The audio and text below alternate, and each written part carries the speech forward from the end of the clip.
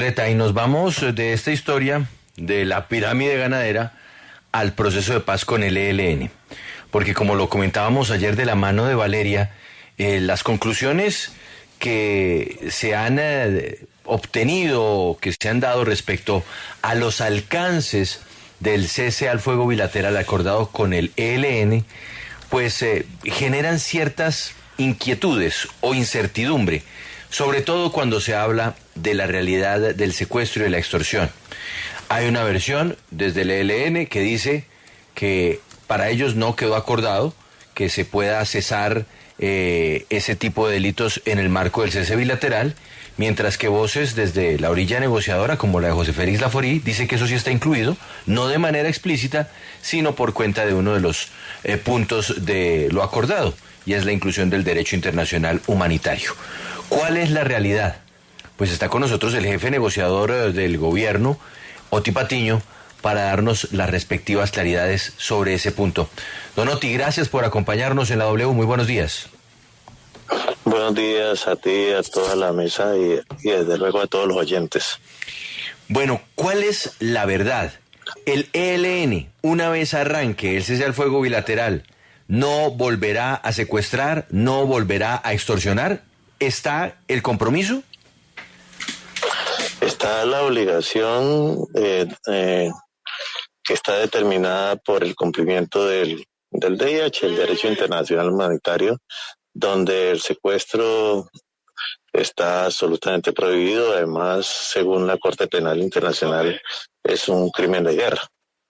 Por supuesto, digamos, allá hay una zona complicada que es sobre la retención temporal de personas cuando ellos estimen que están cumpliendo tareas de espionaje o cosas de ese tipo. Pero son retenciones que de luego tendrán que ser esclarecidas, pero un secuestro extorsivo de ninguna manera estaría permitido. Pero sí podrían secuestrar entonces a miembros de las fuerzas militares, podrían secuestrar a policías. No, podrían retener inmediatamente, tienen que dar aviso. Inmediatamente ante una retención tienen que dar aviso, inmediatamente el mecanismo que tiene, digamos, es compuesto por las Naciones Unidas, por la Iglesia, incluso por ellos mismos a nivel nacional y a nivel regional, dará cuenta y calificará de todas maneras ese hecho y hará las recomendaciones respectivas y desde luego la recomendación será, una de las recomendaciones obvias será la liberación responsable también de la persona retenida. Es decir, señor Patiño, un poco tratando de concluir lo que usted nos está diciendo, porque pues ha habido mucha especulación al respecto. El secuestro de civiles está evidentemente prohibido. La retención de supuestos combatientes dentro de un conflicto armado tendrá que ser avisada al mecanismo de verificación y tendrán que ser soltados inmediatamente. Si estoy en lo correcto, usted. Exactamente. Es decir, aquí en esta fase, porque de todas maneras empezamos por una primera fase que es donde todavía en este momento no hay ni siquiera una delimitación de áreas de influencia, donde mucho menos concentración de fuerzas, que eso seguramente a lo largo de la implementación del cese al fuego tendrá que llegarse para poder controlar de una manera más eficaz las acciones que puedan emprender tanto la fuerza pública como el ELN. De todas maneras, en esta fase la gran fuerza descansa sobre un mecanismo tan potente donde participa la Iglesia, las Naciones Unidas y desde luego las propias fuerzas y desde luego también sobre la responsabilidad que de esto tengan los frentes de guerra, que antes estaba demasiado concentrada sobre los mandos nacionales. Hay algo que no nos queda claro, señor Patiño, y es que evidentemente en el protocolo se dice que todo este cese al fuego tiene que estar basado en los derechos y las libertades de la población civil. Sin embargo, el ELN ha dicho y ha sido muy claro que ellos no van a dejar sus mecanismos de financiación, y los mecanismos de financiación de ellos están basados en la extorsión a civiles. Entonces, ¿qué va a pasar con el tema de la extorsión a civiles? Exactamente, los derechos y libertades de las personas es el elemento fundamental de este cese al fuego, claro. Don Oti, pero déjeme, sí, adelante. En este momento la mesa, digamos, uno de los de los elementos positivos es que la mesa no descansa en los interciclos. En este momento incluso yo estoy en La Habana porque ha seguido la implementación del cese al fuego a través de 10 protocolos, 2 de los cuales ya fueron firmados, que tienen que ver con las acciones específicas que contemplan las acciones prohibidas y el mandato que tiene el mecanismo, que de luego debe ser complementado, y los otros 8 están por construirse y deben estar terminados aproximadamente el 6 de julio, que tiene que ver con evaluación, prórroga y suspensión del cese al fuego, el rol específico de la Iglesia Católica, la seguridad y protección para los integrantes del mecanismo, la seguridad del ELN y los lugares donde se hace presencia, la veeduría social y los mecanismos de protección humanitaria, la pedagogía del acuerdo del cese al fuego y las comunicaciones también, digamos, de los hechos, digamos, relacionados con este cese al fuego. Don Otti, déjeme preguntarle cómo va a funcionar el tema en el terreno, más allá de lo firmado, cómo va a funcionar en las regiones del país. Por ejemplo, si el ELN está secuestrando a un civil en norte de Santander o extorsionando a un comerciante en Arauca, ¿en ese escenario puede intervenir la fuerza pública o se lleva a otra instancia? No solamente puede, sino que debe intervenir la fuerza pública, en tanto puede haber una orden judicial que determine de que debe perseguirse a las personas que cometieron ese ilícito y desde luego lograr la libertad de la persona, digamos, que está haciendo, o en caso de secuestro, y desde luego suspender todos los mecanismos de extorsión a que haya lugar. Y entonces ahí, es decir, en ninguna parte cesa ni se modula, digamos, el mandato constitucional o legal que prohíbe desde luego la extorsión y el secuestro, y por el contrario obliga, y en eso lo tiene muy claro el comandante general de las fuerzas militares, obliga a ser mucho más diligente en las medidas que pueda tomar la fuerza pública en esas regiones críticas que están siendo afectadas por la acción, en este caso específico, no solamente del ELN, sino también de otras fuerzas que actúan sobre esas regiones. Entonces, de ninguna manera la fuerza pública está inactiva, sino por el contrario, debe estar mucho más activa que nunca para garantizar, digamos, la seguridad y devolverle la tranquilidad a las personas, y desde luego también poder ayudar a establecer qué tipos de delitos están cometiendo y que atenten contra esos derechos y libertades de las personas.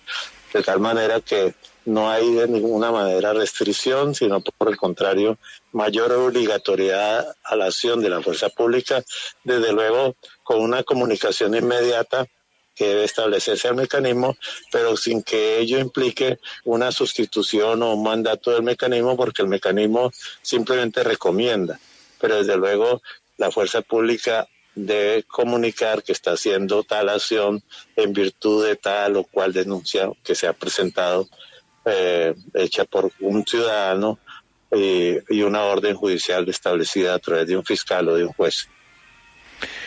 Mire, el señor Pablo Beltrán dijo exactamente lo contrario de lo que usted nos está explicando en el tono tranquilo que usted siempre sabe utilizar. ¿No le parece que la aclaración de un episodio tan complicado como el que estamos tratando le corresponde al señor Beltrán aclararla? Ellos que siempre han rectificado al presidente públicamente, y usted simplemente, usted le dijo al espectador que era que lo habían cogido fuera de base, que él no supo contestar, que se equivocó. ¿Le parece que eso es suficiente para la aclaración? No es suficiente, por supuesto que no es suficiente.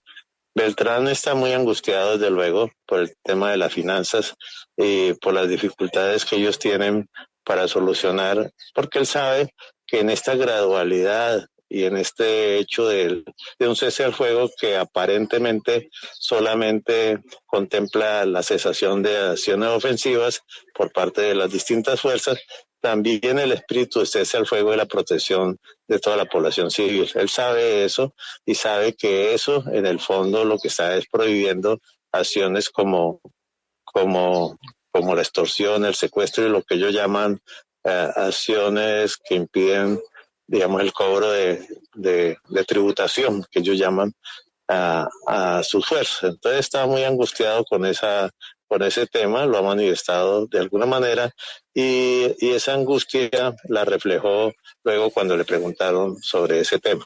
Entonces, de qué vamos a vivir, en fin, digamos, todo ese tema. Y desde luego, pues, un tema que no me corresponde a mí explicarlo, porque de alguna manera, cuando uno se mete en un proceso de paz, pues debe también tener en cuenta que se van a presentar esas situaciones. Y también porque, desde luego, eso tiene unas connotaciones políticas. Imagínense en un proceso de paz, ellos, en medio de un proceso de paz, ellos secuestrando, ¿con qué tolerancia van a esperar de que la ciudadanía, pueda aplicar una justicia transicional y sobre todo que tenga un acogimiento por parte de la ciudadanía que les permita crear una fuerza política con alta credibilidad y acogimiento por parte de la sociedad misma? Digamos, son problemas que desde luego ellos tienen y que desde luego tienen que ver cómo solucionan. Por supuesto, el gobierno nacional y la comunidad internacional, en la medida que se escale el conflicto y en la medida que se vaya construyendo una fuerza política, pero sobre todo en la medida de que las fuerzas militares de ellos se vayan desactivando, pues estaría dispuesto, digamos, a mirar cómo sería el tema económico, pero no antes. Y justamente le quiero preguntar eso, señor Patiño, porque usted dice que pues el comandante Beltrán está muy preocupado por el tema de la financiación del grupo y creo que ese es el tema neurálgico alrededor de hasta dónde se va a cumplir el cese o no. Este supuesto fondo del que se está hablando para poder financiar de pronto en un futuro al ELN por parte del gobierno nacional o por parte de otros países, ¿es una realidad? ¿Usted ve esto pasando en el corto plazo? Es una idea todavía, es una idea que de todas maneras no se materializa sino hasta que haya la posibilidad y la realidad, porque primero no podemos permitir, digamos, que haya la posibilidad, imagínese, de financiar una fuerza armada que esté, digamos, actuando y esté haciendo secuestro al mismo tiempo que esté recibiendo plata por parte del Estado. Eso no lo podemos hacer. Y por otro lado, pues tampoco podemos permitir la combinación de formas de lucha. Por un lado la cuestión legal y por otro lado ellos creciendo ilegalmente, entrenando gente nueva, reclutando todo tipo de personas, incluyendo menores. Eso no se puede permitir. Mire, durante el fin de semana hablamos con Camilo Gómez, quien fue exalto comisionado para la paz en el gobierno de Pastrana, y él, abro comillas, dice: esta película yo la veo como un déjà vu, es más o menos lo mismo que pasaba hace años, el ELN no es organizado, son la mata del despelote, es imposible aspirar a tener el control sobre toda la gente del ELN. Después de todo este debate en esta última semana, ¿usted piensa lo mismo? No, ellos son organizados a su manera. Lo que pasa es que creo que Camilo Gómez no entendió la organización que ellos tienen. Tienen algo muy, muy federativo, pero de todas maneras nosotros no queremos negociar 7 grupos que sin la dirección nacional de ellos se convertirían en 7 bandas delincuenciales y no en una organización política.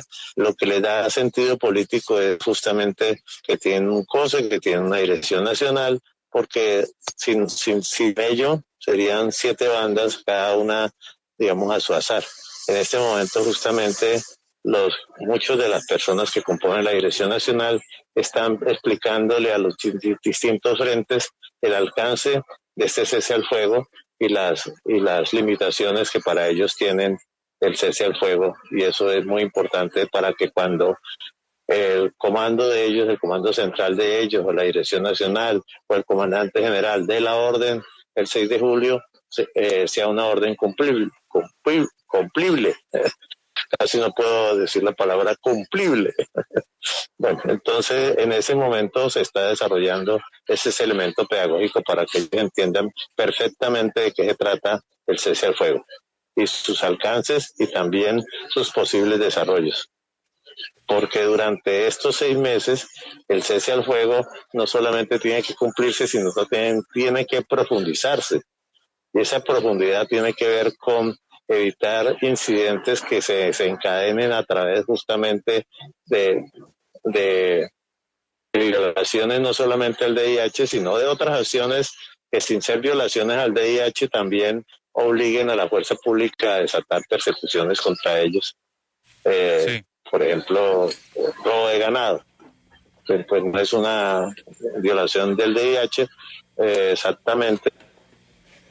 Donotti, ¿qué tal está el ambiente? ¿Se ha discutido? Discusión en caliente por parte de la fuerza pública y entonces eso va a desencadenar otro tipo de cosas.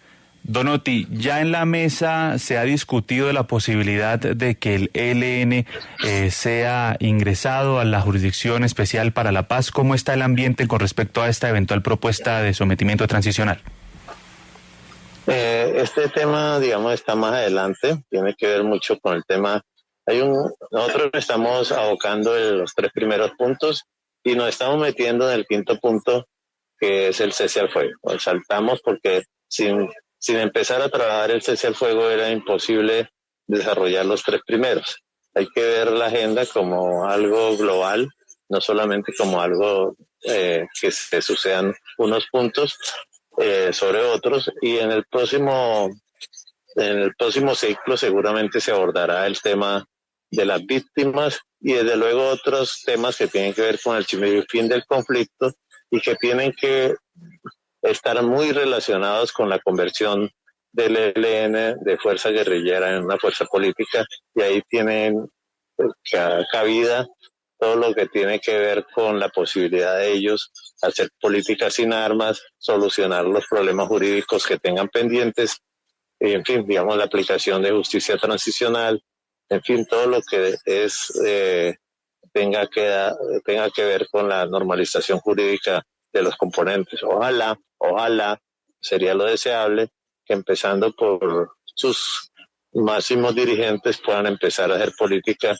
y empiecen a hacer gestos de paz, que sería muy importante para que la población entienda que no todo debe ser producto de los acuerdos, sino también de una comprensión clara de que se está en un proceso que la gente necesita gestos y necesita acciones para que tengan una acogida y una comprensión y una credibilidad por parte de la población. Pues Donotti, vamos a seguir muy atentos a este proceso, sobre todo al instante en el que ya arranque eso que sin duda llena de esperanza a muchas, pero muchas regiones de Colombia, y es hablar de un silencio de las armas por parte del ELN. Usted lo sabe también como nosotros, que eso es un clamor nacional. Ojalá eso también venga de la mano de un compromiso de ellos.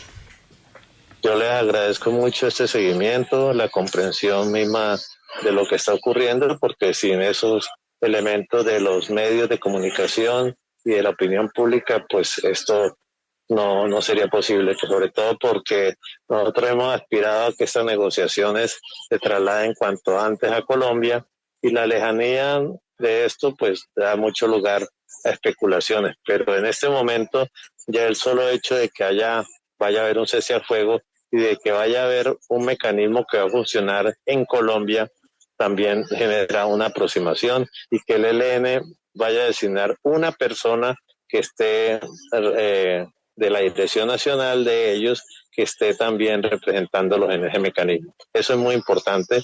Y también el tema de la continuidad de la mesa más allá de los ciclos, porque cuando en los ciclos anteriores, prácticamente entre ciclo y ciclo la mesa desaparecía. Actualmente no. La mesa continúa. Actualmente estamos desarrollando lo de participación en Bogotá y lo de cese al fuego aquí en La Habana.